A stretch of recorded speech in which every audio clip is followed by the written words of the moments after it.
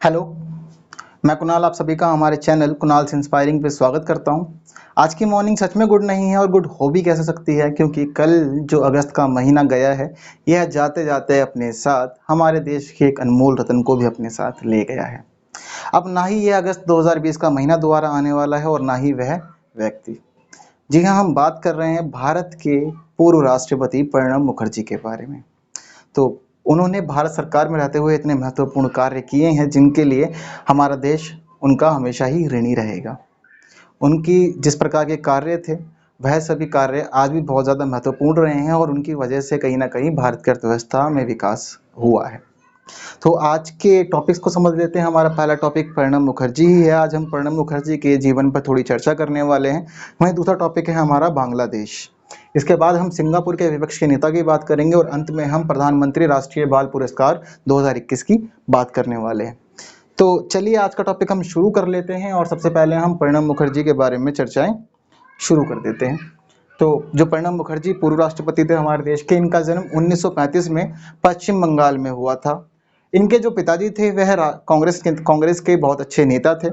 इनका स्वतंत्रता आंदोलनों में बहुत महत्वपूर्ण योगदान रहा था। वह एक स्वतंत्रता सेनानी थे। साथ ही साथ कई बार वो स्वतंत्रता आंदोलनों की वजह से जेल भी गए थे। तो राष्ट्रपति प्रणब मुखर्जी का शुरू से ही जो रुझान था वो राजनीतिक तरफ रहा था, सिर्फ अपने पारिवारिक पृष्ठभूमि की वजह से। तो वहीं इनके अगर इसके बाद इन्होंने अपनी पढ़ाई वगैरह पूरी करी और पढ़ाई करने के बाद इन्होंने अपनी चीज़ें जब कंप्लीट कर ली तो इनका जो राजनीतिक करियर है वो 1969 से शुरू होता है। सबसे पहले 1969 में इन्हें राज्यसभा का सांसद चुना गया।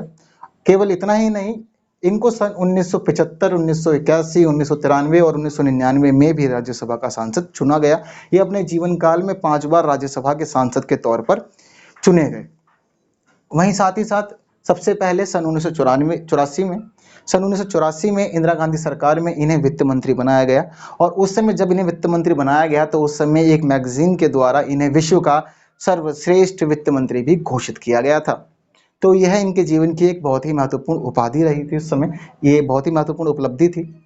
और वहीं बात करें तो दूसरी बार सन 2009 में इन्हें मनमोहन सिंह सरकार के अंदर भी वित्त मंत्री बनाया गया था। साथ ही साथ इन्हें योजना आयोग के उपाध्यक्ष भी बनने का मौका मिला था। यह बीच बीच में अन्य पदों पर जैसे कि विदेश मंत्री, रक्षा मंत्री भी रहे। और सन 1997 में इन्हें उत्कृष्ट सांसद के तौर पर भी नवाजा गया था। इसी बीच बात करें तो जिस समय मनमोहन सिंह चुन करके आए थे तो उस समय मनमोहन सिंह राज्यसभा के सदस्य हुआ करते थे, लेकिन वो राज्यसभा से होते हुए प्रधानमंत्री थे। तो इसीलिए उस समय प्रणब मुखर्जी लोकसभा में बैठा करते थे। तो जब मनमोहन सिंह प्रधानमंत्री बने उस समय लोकसभा के नेता प्रणब मुखर्जी रहे थे। वहीं इसके अलावा इनके आगे की बात करें तो सन 2012 से 17 तक ये देश के राष्ट्रपति के पद पर भी रहे। और 12 से 17 तक इन्होंने राष्ट्रपति के रूप में देश की सेवा की। और साथ ही साथ सन 2019 में इन्हें भारत रत्न से भी नवाजा गया। यह काम पिछले साल 26 जनवरी को किया गया था। साथ ही साथ इसी बीच इन्होंने, जब इंदिरा गांधी की मृत्यु हो गई थी तो इंदिरा गांधी की मृत्यु होने के बाद राजीव गांधी से इनकी थोड़ी सी नोकझोंक हुई और उसकी वजह से इन्होंने अपनी एक अलग पार्टी बना ली। उस पार्टी का नाम था कांग्रेस समाजवादी पार्टी। लेकिन बाद में राजीव गांधी से थोड़ी इनकी बातचीत वगैरह हो गई, जो इनके विवाद थे, मनमुटाव थे, वो सब सुलझ गए। तो इन्होंने अपनी पार्टी का कांग्रेस में ही विलय कर लिया और वापस से इन्होंने कांग्रेस ज्वाइन कर ली। उसके बाद से ही शायद यह माना जाता है कि वह जो क्षण था उसके बाद ही इनके जीवन में राजनीतिक करियर का वापस से उत्थान शुरू हो गया। वहीं अब इनका जो पिछला समय था उसकी बात कर लेते हैं। तो हाल ही में 10 अगस्त को इन्हें हॉस्पिटलाइज किया गया था। दरअसल उस समय यह बताया जा रहा था कि इनके दिमाग में कुछ परेशानी आ गई थी, खून जम गया था। तो उस जमे हुए खून को हटाने के लिए ही इनकी सर्जरी की गई थी। पर जब बाद में कुछ और टेस्ट भी किए गए तो उन और टेस्ट के अंदर एक लंग इन्फेक्शन आया था और साथ ही साथ इनकी कोरोना रिपोर्ट भी पॉजिटिव आई थी। और ये काफ़ी समय से इन बीमारियों से जूझ रहे थे और काफ़ी कोशिशों के बाद भी यह इन बीमारियों से जीत नहीं सके। कुछ समय से यह खबर भी आ रही थी कि जो राष्ट्रपति प्रणब मुखर्जी हैं यह कोमा में थे। तो कोमा में होने की वजह से और अंततः जो आखिरी खबर आई वह कल शाम को आई कि इन्होंने अपना देह त्याग कर दिया है। तो इन्होंने भारत सरकार के तहत जो जो काम किए उनके लिए भारत हमेशा ही इनका ऋणी रहेगा। वहीं एक बात बांग्लादेश की भी कर लेते हैं। इनकी मृत्यु होने की वजह से हमारे देश का जो राष्ट्रपति भवन है उसके झंडे झुका दिए गए हैं और 7 दिन का राष्ट्रीय शोक घोषित कर दिया गया है। जब कभी भी राष्ट्रीय शोक घोषित किया जाता है तो ऐसी स्थिति में राष्ट्रपति भवन के झंडे झुका दिए जाते हैं। वहीं कल बांग्लादेश की जो प्रधानमंत्री है शेख हसीना, उनका एक ट्वीट आया था, वहाँ से एक मैसेज आया। वो मैसेज ये आया कि बुधवार को शेख हसीना के द्वारा अपने बांग्लादेश के अंदर एक दिन का राष्ट्रीय शोक घोषित किया गया है।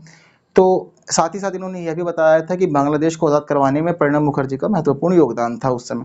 तो भारत का योगदान और बांग्लादेश की कहानी थोड़ी सी समझ लेते हैं। उससे पहले हम यह जान लेते हैं कि सन 2013 में बांग्लादेश के द्वारा सोम मनुना सम्मान पूर्व राष्ट्रपति प्रणब मुखर्जी को दिया गया था। यह बांग्लादेश का सम्मान है, यह एक अच्छे नागरिक को दिया जाता है, किसी विदेशी को दिया जाता है इस स्थिति में। तो यह उन्होंने उचित समझा कि यह अवार्ड यह पूर्व राष्ट्रपति प्रणब मुखर्जी को दें, और उस समय 2013 में जो पूर्व राष्ट्रपति हैं यह राष्ट्रपति पद पर नियुक्त थे और अपना कार्य संभाल रहे थे।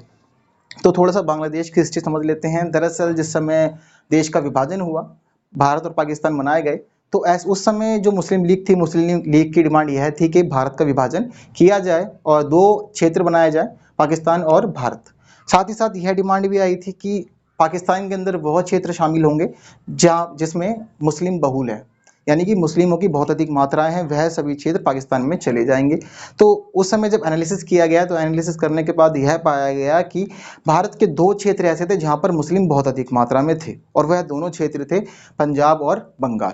तो जिस समय भारत का विभाजन हुआ, तो भारत के विभाजन के साथ साथ ही भारत के दो प्रांत यानी कि पंजाब और बंगाल का विभाजन भी किया गया।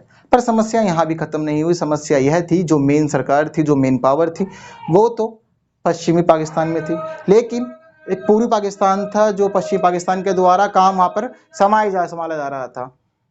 तो यहाँ पर अगर यह स्थिति देखें, तो यहाँ की स्थिति में यह पता लगता है कि बहुत ज़्यादा ही उथल पुथल उस समय बना हुआ था, परेशानियां बनी हुई थी। तो इन परेशानियों के बावजूद काफ़ी सारे विवाद रहे, परेशानियां होती रहीं, लेकिन 1970 के बाद यहाँ आंदोलन होना शुरू हो गए। सन 1971 में यहाँ पर लिबरेशन वॉर हुआ। लिबरेशन वॉर के अंदर बंगालियों के द्वारा आंदोलन शुरू किया गया, राष्ट्रवाद की भावना जगाई गई और राष्ट्रवाद को लेकर के अलग अलग आंदोलन हुए। इन आंदोलनों को दबाने के लिए पाकिस्तान के द्वारा पूरे प्रयास किए गए, लेकिन अंततः वो सफल नहीं हो सके। वहीं पाकिस्तान के द्वारा बांग्लादेश के अंदर ऑपरेशन सर्च लाइट भी चलाया गया। ये सभी चीज़ें जब भारत को पता लगी, तो भारत ने कहीं ना कहीं इन सभी मामलों में दखलंदाजी की, और दखलंदाजी करने के बाद यहाँ पर काफ़ी सारी चीज़ें बदल गई। पाकिस्तान ने भारत पर आक्रमण कर दिया और भारत पाकिस्तान युद्ध हुआ। उसके बाद में यह बहुत बड़ा युद्ध था उस समय का, क्योंकि भारतीय अर्थव्यवस्था बिल्कुल भी अपने रूप में खड़ी नहीं हो पाई थी। बीच में लगातार युद्ध हो रहे थे, तो उसकी वजह से अर्थव्यवस्था जूझ रही, तो यह युद्ध भी बहुत ज़्यादा नुकसान पहुँचाया भारत को। वहीं लेकिन जब यह युद्ध खत्म हुआ, तो इस युद्ध का समाप्ति पाकिस्तान की हार और बांग्लादेश की आज़ादी के साथ हुई। इसके बाद बांग्लादेश को आज़ाद घोषित कर दिया गया, स्वायत्त राष्ट्र घोषित कर दिया गया, और पूर्ण रूप से उसके बाद बांग्लादेश स्वतंत्र राज्य हो गया था। तब से लेकर अब तक जो बांग्लादेश है वह स्वतंत्र राष्ट्र के रूप में कार्य कर रहा है अपना।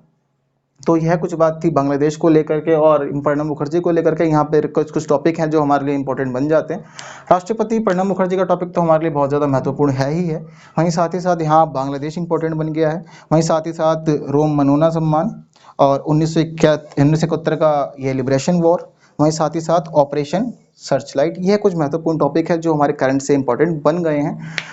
और साथ ही साथ उम्मीद कर सकते हैं कि यहाँ से प्रश्न आने की भी संभावनाएं हैं। अब वहीं अगली बात कर लेते हैं हम सिंगापुर के विपक्ष के नेता की।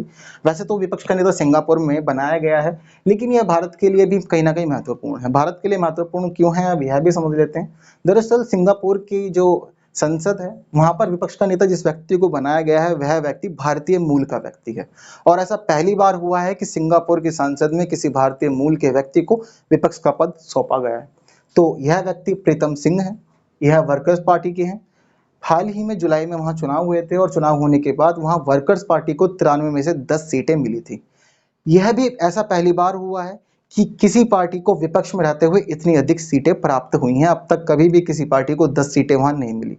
तो इसके बावजूद प्रीतम सिंह को अब कल वहां पे सिंगापुर संसद के अंदर विपक्ष का नेता नियुक्त कर दिया गया है। और अब साथ ही साथ यह भी संभावना बताई जा रही है कि जो प्रीतम सिंह है वह सिंगापुर के प्रधानमंत्री ली सिन लॉन्ग की सीट के बिल्कुल सामने वाली सीट पर अब बैठने वाले हैं। तो भारत के लिए यह टॉपिक इंपॉर्टेंट है, क्योंकि यह व्यक्ति भारतीय मूल के हैं और इन्हें सिंगापुर का विपक्ष का नेता बना दिया गया है। वहीं अगली महत्वपूर्ण बात कर लेते हैं हम प्रधानमंत्री राष्ट्रीय बाल पुरस्कार 2021 की। हाल ही में महिला एवं बाल विकास मंत्रालय के द्वारा यह नोटिफिकेशन जारी कर दिया गया है कि इस पुरस्कार के लिए जो भी योग्य व्यक्ति हैं वह सभी अपने नाम भेज सकते हैं। तो यह पुरस्कार की सभी जो कार्रवाई है वह पूरी की पूरी कार्रवाई केंद्रीय महिला एवं बाल विकास मंत्रालय के द्वारा देखी जाती है। यह पुरस्कार किसे दिए जाते हैं, क्यों दिए जाते हैं? यह पुरस्कार मेधावी बच्चों को तथा व्यक्तियों और संस्थानों के सम्मान में दिए जाते हैं। और यह पुरस्कार 2 श्रेणियों में दिए जाते हैं। पहली श्रेणी है बाल शक्ति पुरस्कार, वहीं दूसरी श्रेणी है बाल कल्याण पुरस्कार। तो 2 श्रेणियां हो गई है। दोनों श्रेणियों को समझना बहुत ज़्यादा आसान है, इसमें कुछ भी डिफिकल्ट नहीं है।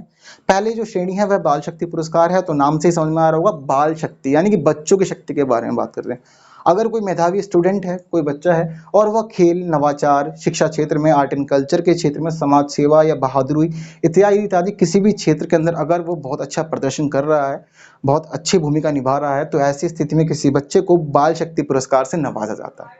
और जो बच्चे इसके योग्य होते हैं वह सभी बच्चे 26 जनवरी वाली राष्ट्रीय जो परेड होती है हमारी, उसके अंदर भी वो उपस्थित रहते हैं।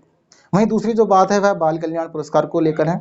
नाम से समझ आ रहा होगा बाल कल्याण पुरस्कार, तो यह जो पुरस्कार है यह किसी बच्चों को नहीं दिया जाता। दरअसल यह पुरस्कार उन व्यक्तियों और संस्थाओं को दिया जाता है जो बच्चों के कल्याण के लिए काम करते हैं। यानी अगर कोई व्यक्ति या संस्था किसी बच्चे की सेवा के लिए, बच्चों की सेवा के लिए, बच्चों के विकास के लिए, उनके संरक्षण के लिए, उनके कल्याण के लिए कार्य करती है, तो ऐसी स्थिति में यह पुरस्कार दिए जाते हैं। तो यह पुरस्कार कब दिए जाते हैं? यह सभी पुरस्कार अगस्त के पहले हफ्ते में राष्ट्रपति के द्वारा दिए जाते हैं। तो ऐसा हमेशा से होता हुआ है। तो इनके लिए नोटिफिकेशन जारी कर दिया गया कि जो इनके लिए योग्य हैं, अपने आप को योग्य समझते हैं, वह सभी अपने नाम भेज सकते हैं। उसके बाद आगे की कार्यवाही मंत्रालय के द्वारा संभाली जाएगी। तो आज की इस क्लास में हमने इन 4 टॉपिक्स को बहुत अच्छे समझा है। मुझे उम्मीद है कि आपको यह समझ में आए होंगे और काफ़ी आपके डाउट्स जो हैं वो क्लियर हुए होंगे, ताकि करंट आपका मजबूत हुआ होगा। और अगर आपने हमारे चैनल की पिछली वीडियोस नहीं देखी है तो आप ऊपर के आई बटन में टैप करके भी वीडियोस देख सकते हैं। साथ ही वीडियोस के लिए आप नीचे कमेंट कर सकते हैं। अगर कोई टॉपिक है आपका तो हम उस पर वीडियो बना सकते हैं, उसके लिए आप कमेंट कर सकते हैं। इसके अलावा वीडियो को लाइक ज़रूर करें। चैनल को सब्सक्राइब नहीं किया तो सब्सक्राइब कर दीजिए और हमारे चैनल के साथ हमेशा बने रहिए ऐसी नई करंट अफेयर की वीडियोज़ के लिए। And thank you so much for watching this video.